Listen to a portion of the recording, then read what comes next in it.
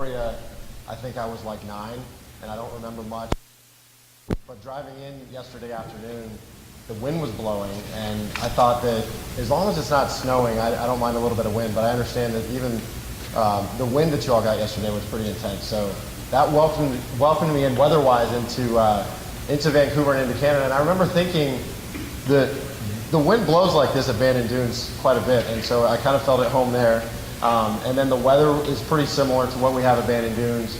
But what I was so impressed by, and what made me feel really like I was in a cool place, is the city of Vancouver. I didn't really have a chance to get around a whole lot, but I mean, in terms of comparing it to Bandon, it's like New York City up here, but the people are a lot nicer than they are in New York City.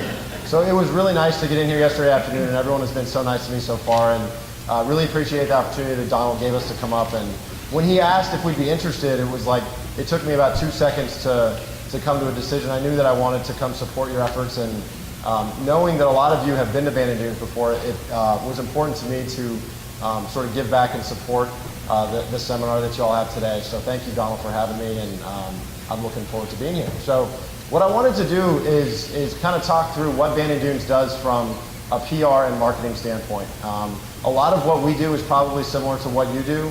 Maybe some of what we do is something that you can take away and apply to your business, whether that is as an operator, a golf course operator, or maybe if you're an instructional teacher, you can take that and apply it to your own personal business that way.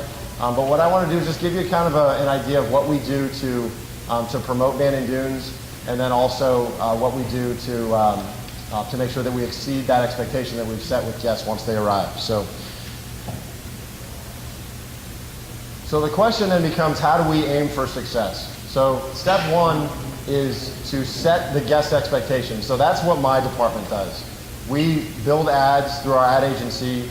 We run marketing campaigns. We have a social media presence through Facebook and Twitter. We basically communicate a message out there to the public about what you can expect if you come to Bandon Dunes. And actually, before I move on, I wanted to get a show of hands of who all has been to Bandon Dunes before. Wow, very cool. That's like over half the room. Very impressive.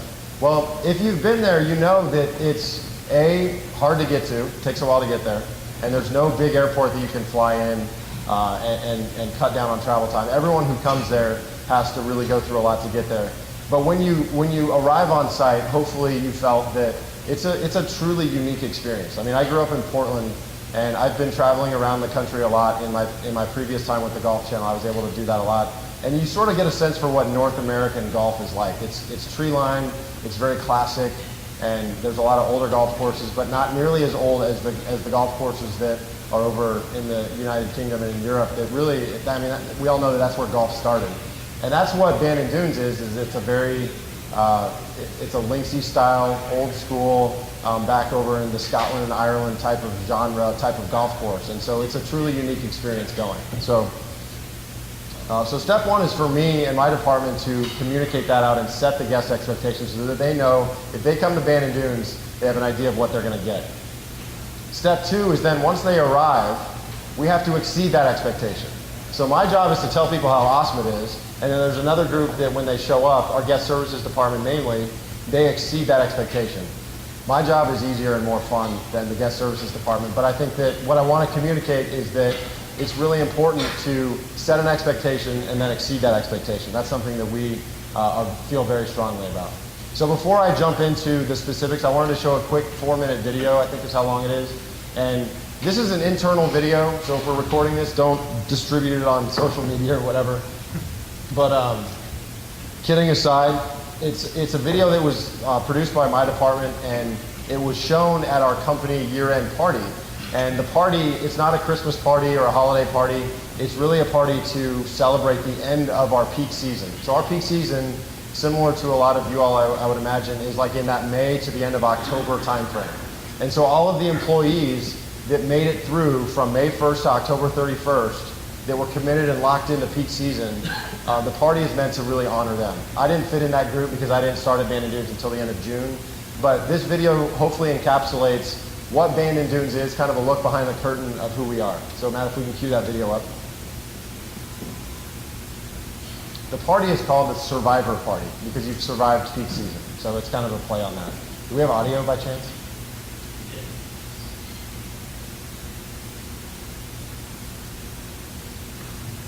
Bear with us just 1 minute. It's probably my fault somehow. Do you know, maybe it's the mic. Did I turn that off? Sorry, bear with us. Thanks, guys.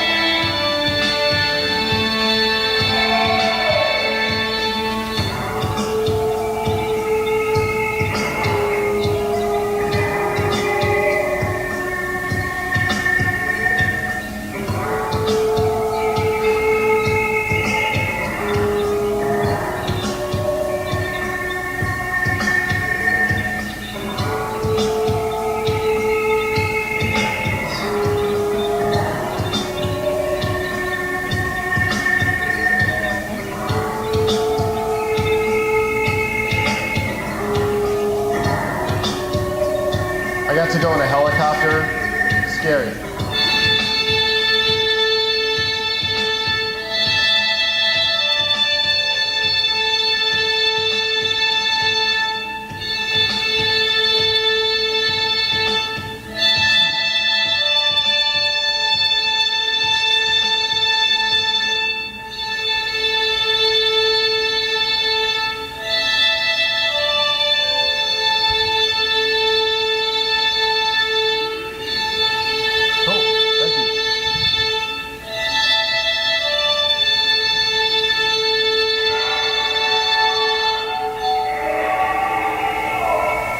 Cool, man. If we can switch back to the PowerPoint, I'll take it. Thanks, man.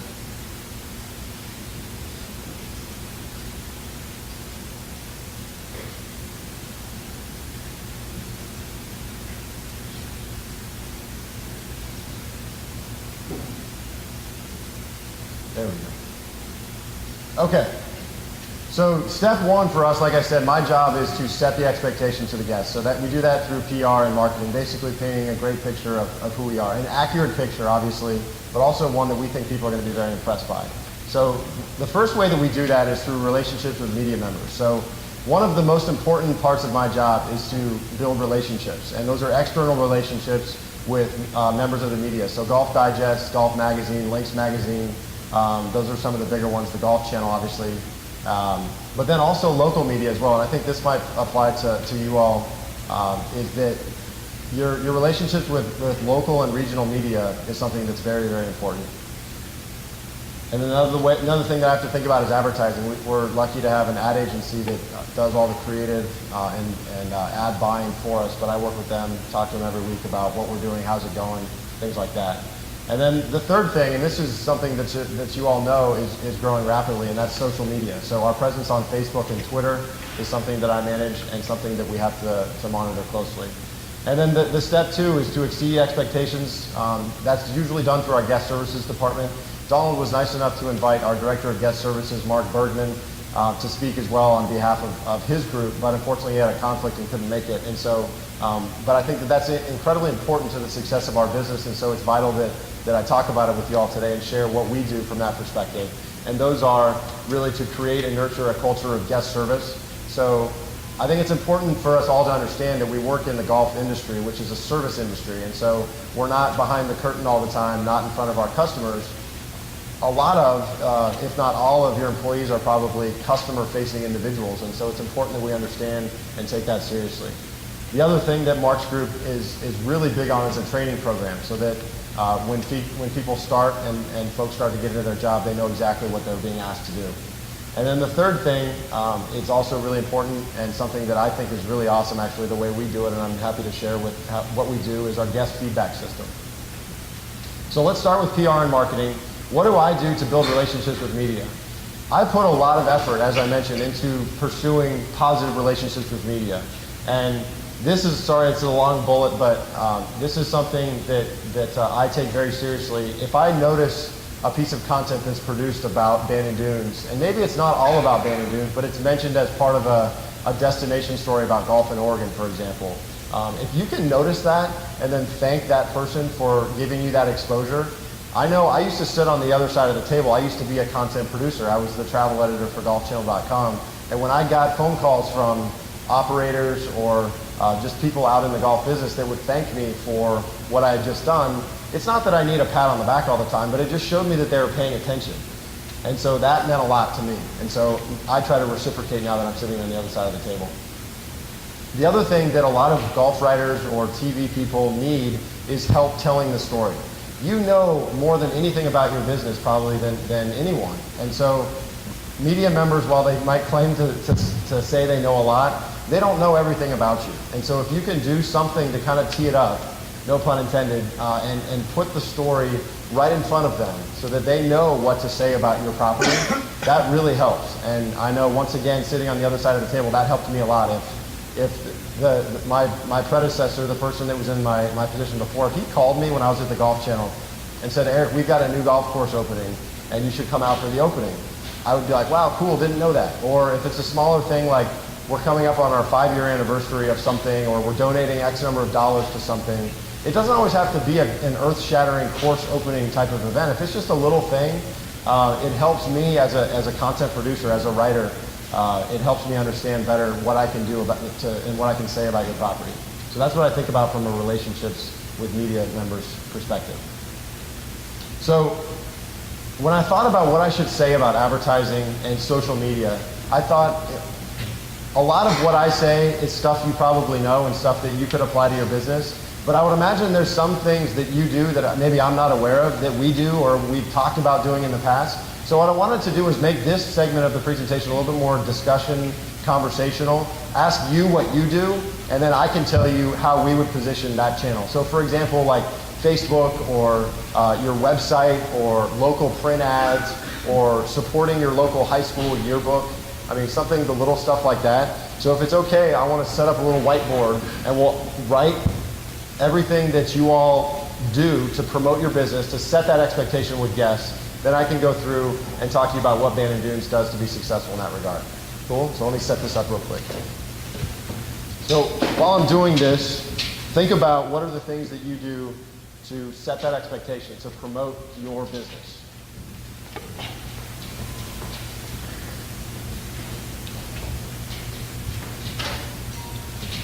Perfect. Thanks, man. All right. So I'm just going to write my own. I assume that you all do this, and if you don't, you should. The first is Facebook. Okay, that's a big one. What are some other things you do from a marketing PR standpoint? Like local ads in a newspaper, local TV ads, radio ads, Twitter, newsletters? Perfect.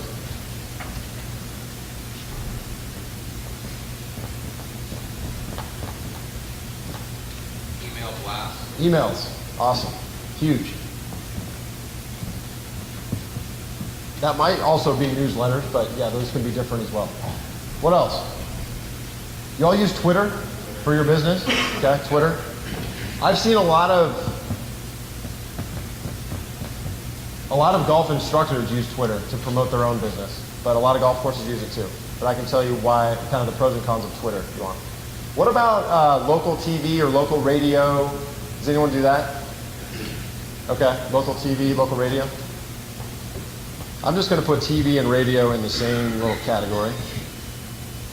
What? Sorry? Media outings. Media outings. Awesome.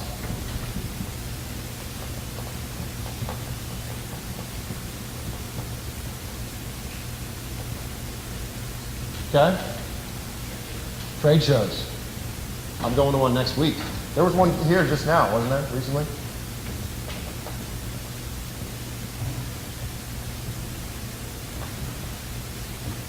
Did anyone go to the PGA show in Orlando a couple weeks ago? Anyone? Okay, anyways, that's something that we go. That's not a consumer show, but trade shows for consumers, those are big. Anything else? A lot of stuff that you don't want other people to know about in the room, maybe? Anything else? What about like stuff more from like a PR standpoint? So like supporting your local high school golf team by giving them free access to the driving range on Tuesday mornings. I used to do that. I see a couple nods of the head. Okay, that's more of a PR move than a measurable advertising move, but that's something that a lot of golf courses and certainly we get involved in. Supporting, I'll just mark it as supporting the local community, more of a PR. I'll just say local PR to keep it brief. As you can probably tell, I type, I don't write a lot, so my handwriting is not great. Anything else before I jump into these items? Anything else? And if you think of something along, you have something? Just marketing your brand, your golf course on your personnel and staff. Through your staff. Through your staff. I like that.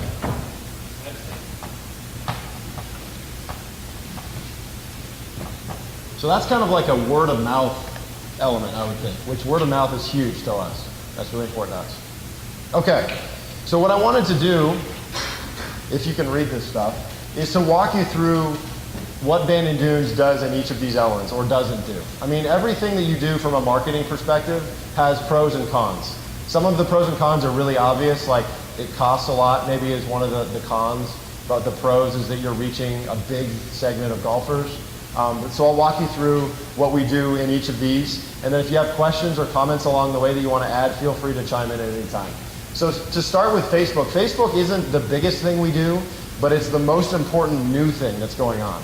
And what we're doing with Facebook is essentially reacting to the changing levels that people consume information, right? I mean, Facebook 5 years ago was not that big a deal. And 10 years ago, I think it just passed its 10-year anniversary. So like 10 years and 2 weeks ago, it didn't even exist. I mean, talk about a crazy, rapidly growing segment of media. That I don't think that, I mean, you all probably are on Facebook. Can I get a show of hands of people who are on Facebook in the room, whether personally or for your business? Okay, pretty much everybody. That thing didn't exist 10 years ago, which is kind of mind-boggling to think about. And so it's growing rapidly, but there's some pitfalls and some things, some mistakes that I know I saw us make at the Golf Channel, which over-posting and things like that. But there's things that can be a pitfall, but there's also enormous benefit. So some of the big things that we really focus on is engagement. So causing our followers, the people who have liked us, to like a photo or answer a question or play a little bit of a game. We just started doing a little, like where we zoom in really close on a photo at Bandon Dunes. Like all you can see is the bunker basically, and then asking users to guess which hole that is. And so if you've played the course, you may be able to guess, you may not, but getting into that level of engagement is one of the things that is really important to us. Another great thing about Facebook is that it's measurable. You know how many likers you have. So you know how many people have said, you know what, Riverway Golf Course, for example, I like that place. You know exactly how many that is, whereas some other modes of advertising, you don't really know who's seeing the ad or who's responding to the ad. Any other things on Facebook? Yeah. One very basic one we've all missed is just your own website and content. Your website, yeah. Thank you. We're actually going through a redesign ourselves right now. Thanks for adding that. So, oh, you have something to add? With something like Facebook, is that used as a one-way communication method, or are you taking feedback from it? Oh, no, it's totally two-way. I mean, people will comment. One of the positives and negatives of Facebook is that people can engage in it, and they can respond, and they can tell you what they really think. And so you have to be ready. If you pose a controversial question, like we had an idea one time to post, what was it? I think it was, which is your least favorite hole? That was a bad idea. Because it started with people saying, like, well, yeah, I really hate 14 at Trails, and in fact, thanks for reminding me, we're not even going to play it this time. Or something like that. So you got to be careful, because if you ask a question that could cause people to go nuts, it spreads like wildfire. So while that is also a really good thing, that things spreading like wildfire, if it's a positive message, that's really good for your business, you also have to be careful about what it could do from a negative perspective. A few of you mentioned Twitter. That's another really rapidly growing segment of social media and marketing, really. It's one of those things that we're involved with it. I wouldn't, if you were to prioritize Facebook and Twitter, I would prioritize Facebook. I think is easier to manage and more impactful than Twitter can be. Twitter is very rapid, it's very quick. You need to have an audience for it to have an impact. So if you only have a few hundred followers or something, it might be more worth your time to spend developing your Facebook page or in other marketing elements. The other thing about Facebook that we've all seen, you make a typo or you say something that maybe you shouldn't have said. Once it's out there, it's sort of out there and it's gone and you have no choice. And we've all seen celebrities make silly mistakes and things like that. But everyone can do it, obviously. Maybe it's just on a smaller level than some of the celebrity gaffes that have been made. But it's another one of those things that you got to be careful of the message that you're putting out there. What about print ads? Who does print ads, like in local newspaper? Any print ads? Print is declining as Facebook gets bigger. So print ads are still a big part of what we do. And we buy advertising in Golf Digest and Golf Magazine. Links Magazine are probably the three biggest places that we buy it. We don't do a lot of regional or local advertising, just not for any really specific reason other than we think there's more impact on a national level and international level. But print ads, I think, one of the great things about print ads is they can look really nice. If you have a really beautiful hole or a beautiful facility, you can take a picture of it and send that out, and it looks really nice in print. One of the other, I think, benefits is that it reaches an older demographic. Facebook and Twitter, I think, as quickly as that's growing, a lot of the people who are using those media channels are younger people. I think we all know that. And so print is a good way to still reach that older demographic. I'm not going to say old demographic, an older than Facebook and Twitter type of demographic. And let's all be honest, an older demographic has more discretionary income. A lot more of them play golf. A lot higher percentage of them play golf. So that's one thing that print does that we take a look at and see benefit in, is that it reaches an older demo. One of the other drawbacks to print that I think that this would resonate with you is you want to get return on investment when you buy something. Especially print can get a little expensive. So if you want to get involved with print advertising and you're going to spend a lot of money, one of the drawbacks can be it's tough to measure. So if you don't have a really unique deal with or something that you're promoting within that advertisement, you don't know exactly how many people saw that ad. Wherever you bought it, let's just say it's what's like a local print, like a golf publication here locally. Is it like a British Columbia PGA section magazine or something? Inside Golf magazine. Okay. If you ask Inside Golf magazine, they give you a rate of X number of dollars for an ad. They're going to tell you how many people subscribe to it and how many people it's going to, which is an exaggeration. It's probably not quite true. But give them the benefit of the doubt and say it's going to go to 500,000 people or something, just to use a round number. Well, how do you know how many people actually read that month's magazine? I know we all have magazines that for whatever reason we don't get to during that month, or we don't flip through every single page. It's tough to know how many people actually read the magazine. And then going another layer deeper, how many people actually saw my ad? Okay, and then another layer deeper than that, how about how many people saw my ad and said, wow, that looks interesting, I like that? You can't measure any of those metrics. So that's one of the drawbacks to print that can be a little bit tougher to swallow. And that's one thing why Facebook is becoming so big. Facebook gives you answers to all of those questions. If you run advertising on Facebook, you know how many people saw it, you know how much it costs, you know how many people responded to it, you know how many people clicked on the link back to your website. So there's measurable benefits to Facebook that print doesn't necessarily give you. So just wanted to throw that out there. Okay, I'm running all over the place. Okay, emails and newsletters, that's something that we still do. One of the things about email and newsletters that I think a mistake that I've seen made by local golf courses is to over communicate. You lose credibility when you over communicate, and if you lose credibility, maybe you're going to lose a customer. So we really make it a point to not over communicate via email. We send one a month maybe, and it's only when we feel like we have something impactful to say that people are going to respond to. So that's how we treat emails and newsletters. Trade shows. I'm going to be at the Portland Golf Show tomorrow. Excuse me. I just lost my battery. I'm going to be at the Portland Golf Show next week, and we go to that to support the local, like, Oregon golf community, because in the off season, the business that we get from Oregon is a bigger percentage of our total business than it is in the peak season, where we get a lot more national business. Okay, so trade shows are definitely important. Media outings, that's a really good one. I used to go on a lot of those actually, where like a convention visitors bureau or a tourism organization will set up a group of writers to come play like a trail of golf courses in the community.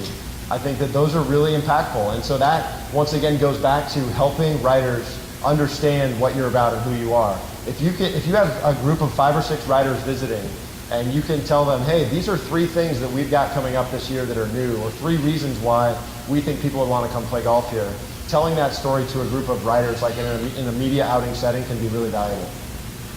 TV and radio, we don't do either of those things. You can't do it all. TV and radio are both pretty expensive, and it goes back to similar to print, it's hard to measure. So if you do a radio ad, how many people heard it? The radio station is going to tell you how many people listen through Nielsen ratings and things like that, but those aren't 100% accurate, and by and large, you're not going to be able to measure the investment you made in that. Not to say it's bad. Obviously, we all watch TV. I would assume everyone in this room watches TV, so it's a great way to get yourself out there and be in front of people, but there are negatives to it as well. Local PR. That's something that's very, very important to Bandon Dunes, supporting our local community. Our owner and founder, Mike Kaiser, is a businessman out of Chicago, and if you've ever met him, he is one of the most impressive people I've ever met from a relationships with your community perspective. He cares deeply what the locals think about Bandon Dunes. Are there a lot of high-rolling, expensive golfers in Coos Bay or Bandon or in Coos County? The answer to that, unfortunately, is no. But he doesn't care. He wants the community to know that he supports them. So whether that's through an ad in the high school yearbook, or sponsoring the Rotary Club, or the tourism board that is promoting a bunch of stuff that is really in a different category from Bandon Dunes. It doesn't really matter to Mr. Kaiser. He is really intentional about supporting your local community. And I think, like, when I grew up in Portland, I worked at Eastmoreland, as Donald said, and one of the things that the management staff there was really big on is supporting, like, local high schools, like my high school. I mean, I was 16 or whatever when I remember thinking this, that, like, they really cared about our golf team and seeing us do well, and they rooted for us and asked how our matches went. And, like, my mom and dad would hear that and think, like, wow, Eastmoreland Golf Course is a cool place, and these people care about the local community. And word of mouth spreads, and so my mom probably told her friends, and maybe her friends told her kids that, hey, you should go play golf. And so viral marketing can help, and having a positive presence from a word of mouth standpoint can be really beneficial, and it doesn't really cost a lot. So that's another thing that is really important. And then someone mentioned through your staff, marketing through your staff. That is great. I'm glad that came up, and that's something that we care a lot about. And what we do is, once again, it goes back to word of mouth, and that's really an impactful marketing tool. And I think that if you can get your staff all on the same page, speaking the same language, and I'll get into it more with guest services, but if you can get them thinking about who you are, what your goals are, looking people in the eye, and being a really positive reflection of your business, that can be marketing and advertising for you right there. And you didn't even really pay for it other than the salary you're paying him or her to just do their job, right? So I think that through staff is really good. Local PR, I kind of talked about it already. Websites are really important, obviously, right? As Facebook and Twitter get bigger, websites are still really important. And the good thing about a website is you can set it and forget it a little bit more than Facebook and Twitter. You can build a website that looks good, that has a presence, and then you can go back to your regular business and focus on that while traffic funnels through your website. Now, with that being said, if it's not a good website and you don't do anything about it, well, that's like a digital version of walking in your golf course, basically. If someone walked in the front door of your clubhouse and it was messy, and I didn't really know where to go when I got there, and it was kind of confusing why I was even in there, that would be really, really bad, I would think, if they walked into your clubhouse. So imagine if they walked into a digital version of your clubhouse, which is basically your website. If they don't really know what to click, or that picture looks kind of wonky, or it's not really that impressive, maybe I'm going to kick out and go to the course right down the street digitally, so like another golf course website. So having a good website presence is very, very important. So I'm glad that came up as well. I think that pretty much covered everything on the list. Does anyone have anything else or any questions to add about what we do for PR and marketing? Yeah. Question about Facebook Yeah. and Twitter, the overuse of it. Yeah. Sometimes you look at your phone or whatever it is, Mhm. it's bombarding you Absolutely. every 2 seconds. I feel that way every day, just with my friends. It's like, okay, I saw your baby daughter last week, and now there's 58 more photos. But is that kind of what you're saying? Like, just a Yeah. lot of information? Just constant. Yeah. At some point in time, I have to have another full day every day to keep up with all of that Yeah. communication. How do you keep up with Facebook? I think that's a great question. Oh, thank you. Yeah, that's a great question. How do you keep up with Facebook? Because it can be a lot. My recommendation of what we do is to set a goal of how much time you can spend on it. So maybe I want to spend 2 hours a week making sure my Facebook and Twitter, if you're on it, presence are what they need to be. Okay? And don't go over that.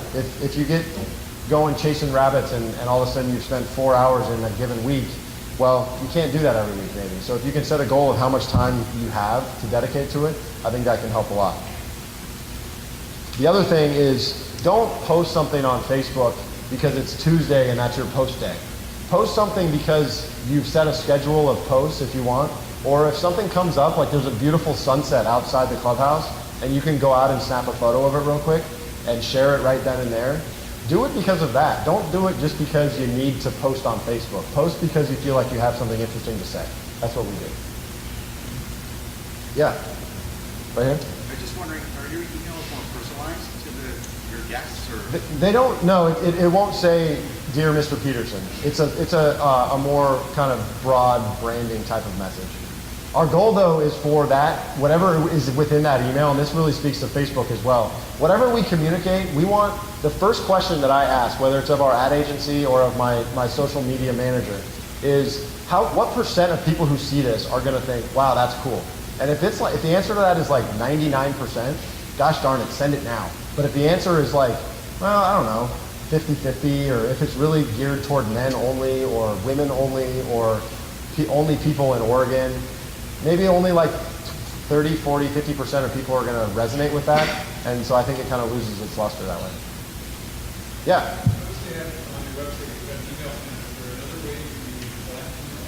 We do it like at the Portland Golf Show, we'll collect email addresses that way. But other than that, there really isn't. And actually, when I first started, I asked that same question, like, what do we do to grow our email database? And I don't know if this is unique to our business or if you all have heard of this, but we don't want someone's email address that doesn't want us to have it. So in other words, if you're walking down the street and you're giving away sleeves of balls to anyone who gives you their email address, you're probably going to get some people that really don't want to give you their email address, but hey, I get a free sleeve of balls, so I guess I'll give it to you. So it just makes the quality of that email database a little bit lower. We only want email addresses from people who say, you're cool. It's kind of like dating. Like, you're cool, I think you're cool, you think I'm cool, let's share information, right? Versus having it be like a forced situation where it's like, I don't really like you, but I kind of want that sleeve of balls, so I guess. So we don't really do that. So our database probably isn't as big as some of our competitors, but we think that our database is as robust as anybody.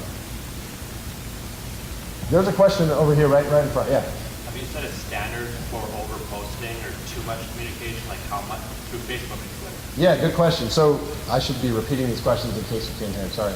So his question was, do we set a standard for how many posts we make? It's a good question, and the answer is sort of. If there's a week of great weather and we have amazing sunset shots, or there's an event in town, like I was talking earlier with Tara about the Speed Golf World Championship that was in town, and we'll post more during weeks like that. But by and large, on average, I would say we post about once a week, 1.5 times a week maybe, not really any more than that. So it's important, I think, to do that, and that goes back to how much time do you have to be a part of this? I think that's a good question to ask yourself. Because you don't want to overpost. So about 1.5 to 2. Any other questions? Yeah. Do you find with the things changing and everything instant and information is instant, do you find that the consumer wants everything yesterday and it's a little bit daunting to Keep up with that? keep up with Yeah. that?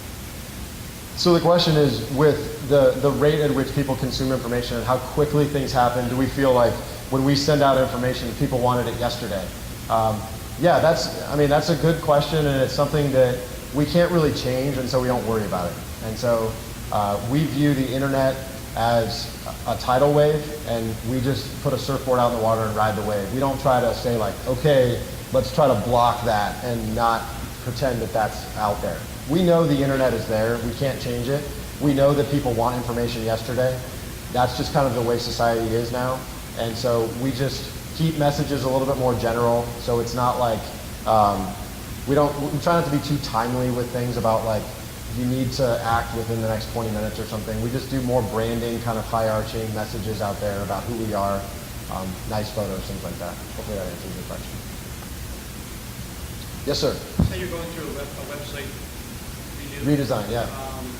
If you come through a process of trying to prioritize what you're trying to do with your website, if so, what do you prioritize? Yeah, so his question was about what we're doing with our new website and how we're strategizing for that. So the answer to your question of have we thought about what we need to do to make sure we're putting the right info, is that kind of where you're going with that?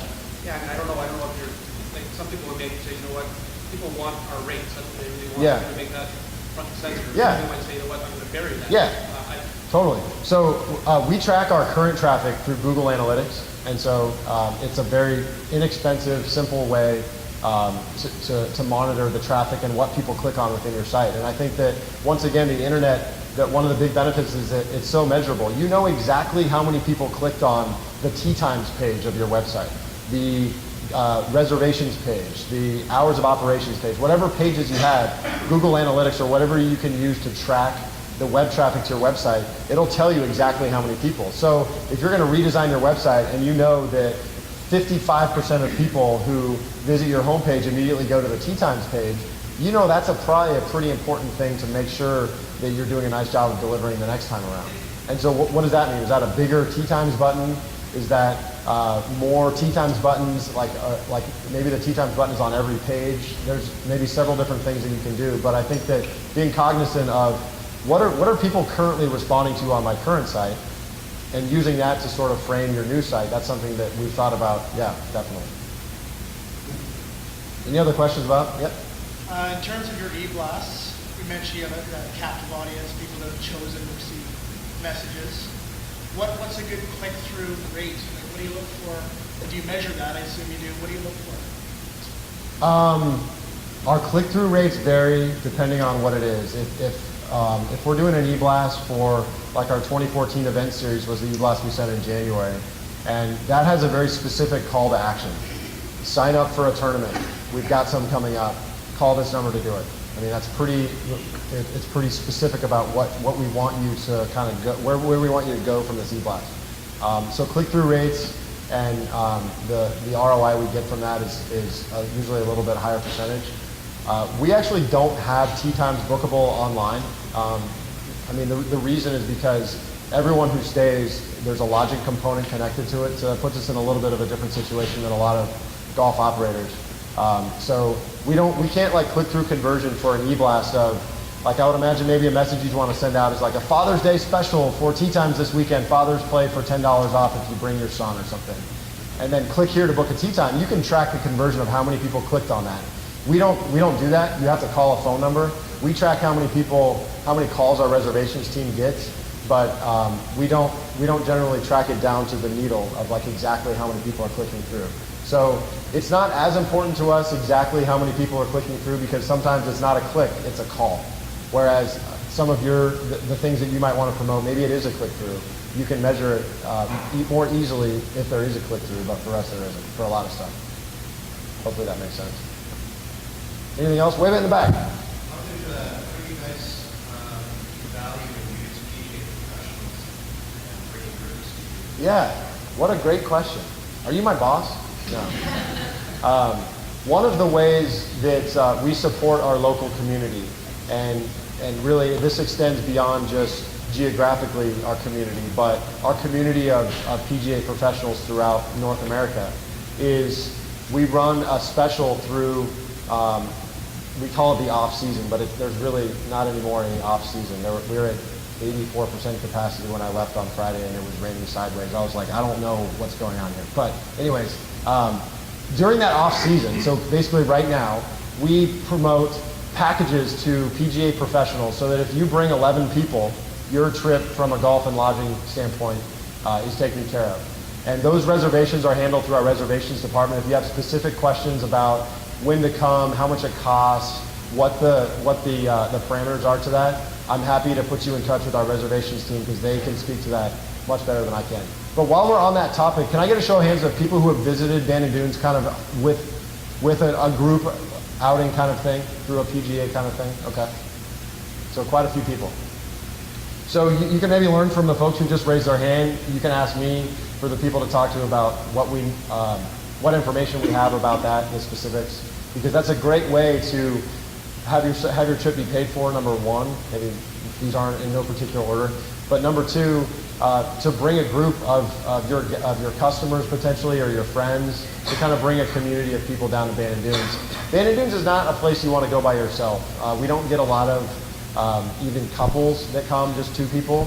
We do, and I'm not saying we don't want those types of people, but the predominant part of our business is groups of 8 to 12 to 16, like buddies trips, guys and gals, ladies trips, like whatever it is, it's usually in groups. So promoting that type of group and type of outing to PGA pros is something that we do. Anything else?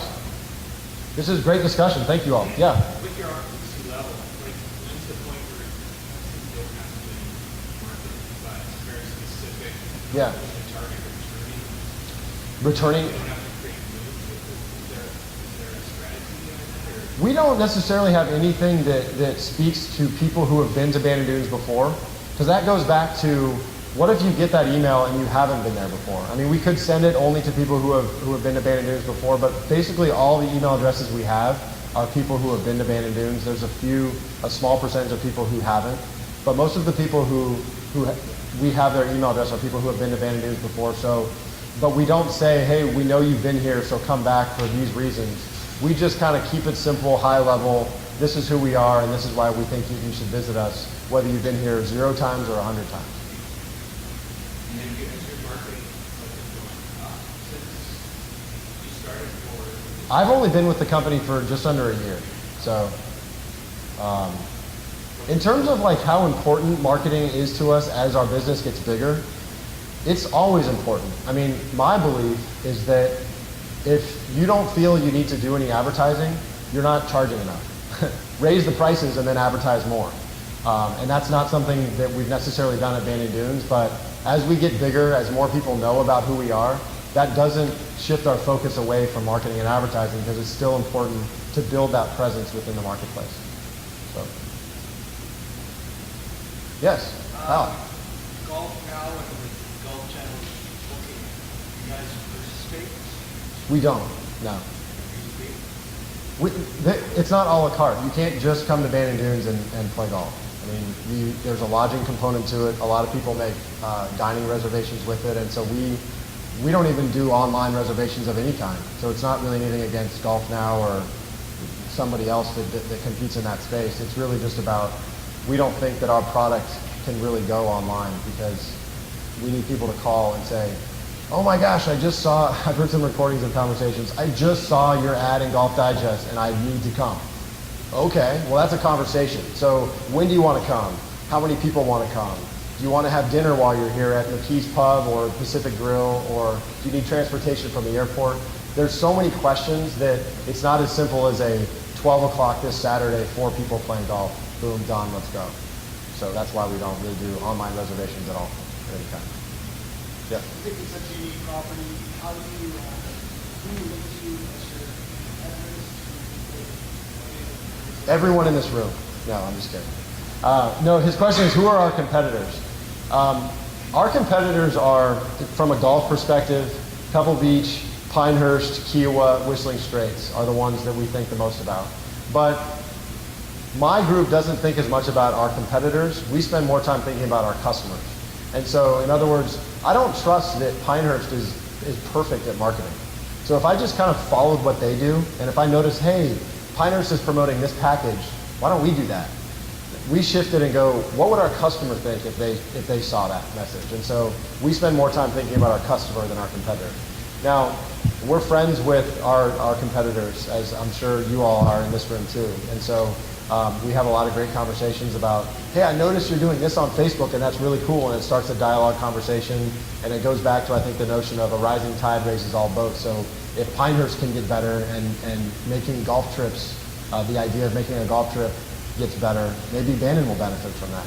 So I think that people who try to do only what their competitor does maybe aren't thinking enough about, well, what does our customer want? Yeah.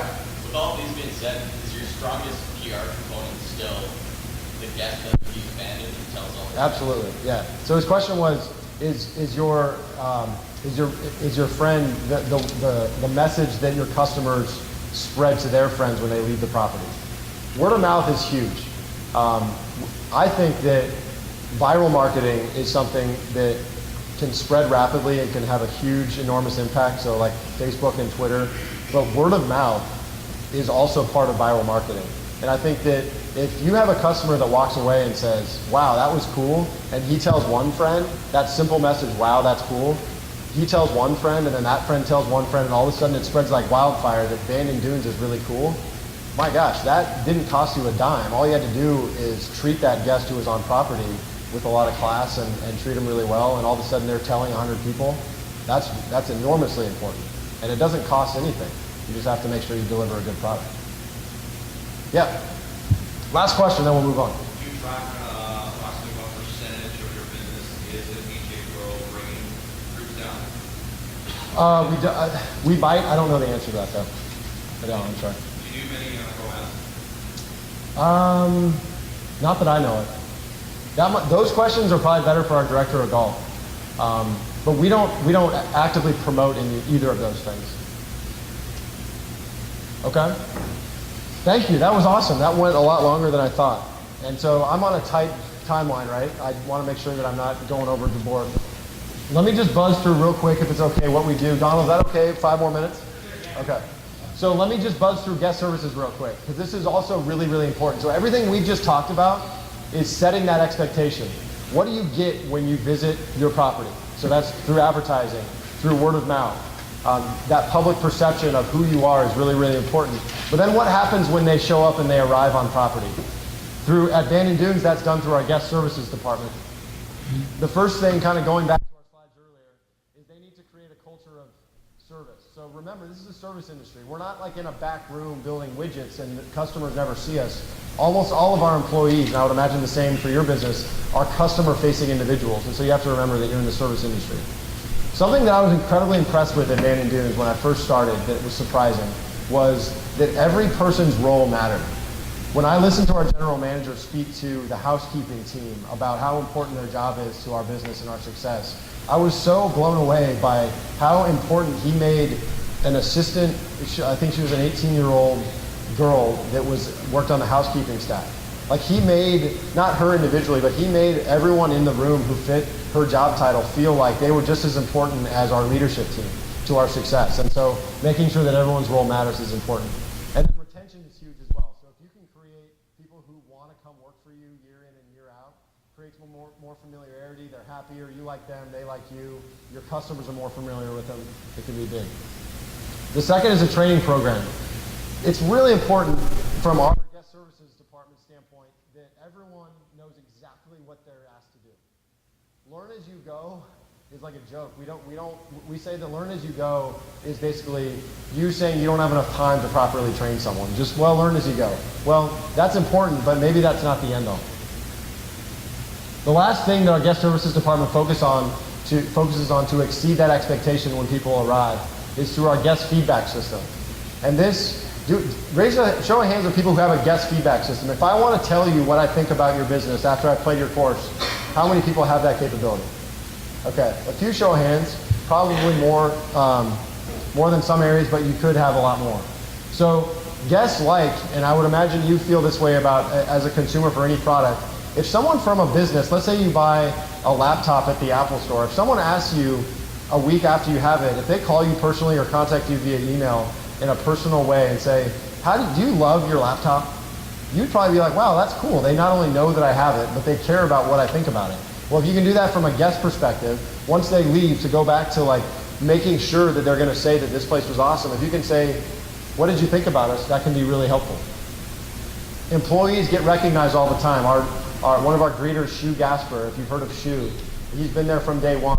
He is the most complimented guest that we have on property. People, every time someone comments on us, we get feedback of people saying that Shu did a great job. So employees, departments can be recognized. And I think this is the most important. You'll learn what you need to do better. Maybe someone says, you know what, the conditions weren't as good, or the driving range could be bigger. Granted, I'm not saying that you want to encourage negative things, but maybe they'll say something that you didn't realize. Like, you know what? We could have 5 more driving stations at the driving range, and maybe we have room to do it or something. I don't know. Maybe a light bulb will go on. You might learn something. This is hard to see, but this is what our guest feedback system looks like. We send an email, and we ask every guest who visits, every single guest gets an email from us. You've gotten this email saying, tell us how we did. And we rank the different elements of our business. So reservation services, front desk, accommodations, golf shop service, and then each of the courses, Bandon Dunes, Pacific, Bandon Trails, Old Mac, Bandon Preserve, and then into food and beverage service, food and beverage quality, housekeeping, transportation, overall staff. Rate each of those things on a scale of 1 to 10, and then tell us down here kind of some more questions like, how did you hear of Bandon Dunes? What did you like best about the resort? The answer to this question cracks me up. What did you like best about the resort? Tough question.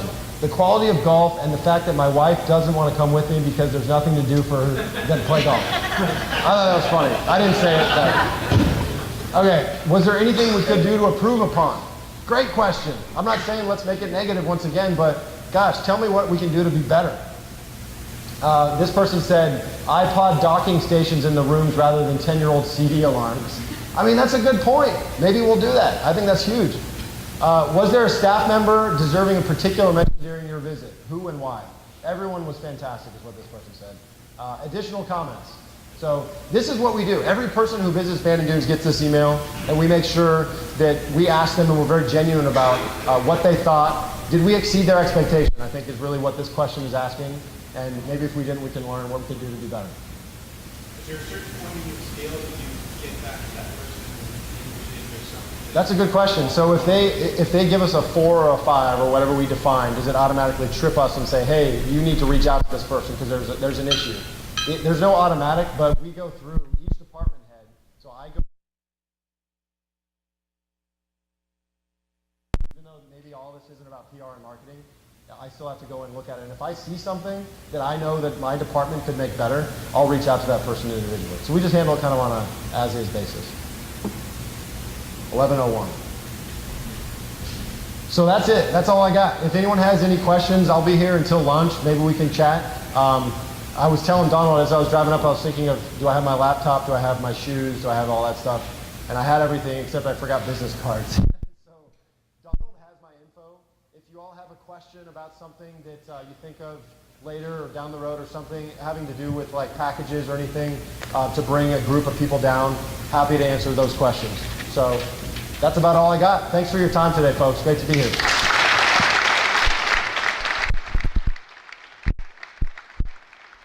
That's awesome. Thanks, Eric. That was very enlightening, and I saw a lot of note-taking, so very informative. If I could just get you to stand here. On behalf of the PGA BC, we do have a little bit of a thank you for you to... He actually drove. I offered to fly Eric up, and he chose the driving route in that tornado.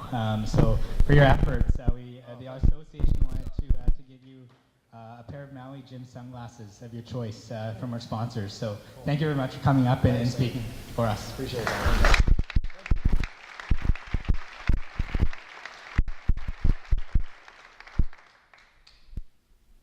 All right, up next we have two members of the PGA BC representing Fresh Golf Solutions.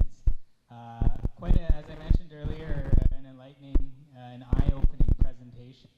And at this time, I'd like to call up the General Manager of the Victoria Golf Club and Executive Professional, Scott Kolb, as well as the Head Professional, Winston Michelle of the Cottonwood Golf Course, to come up and give their presentation, preparing for your next step in the golf industry.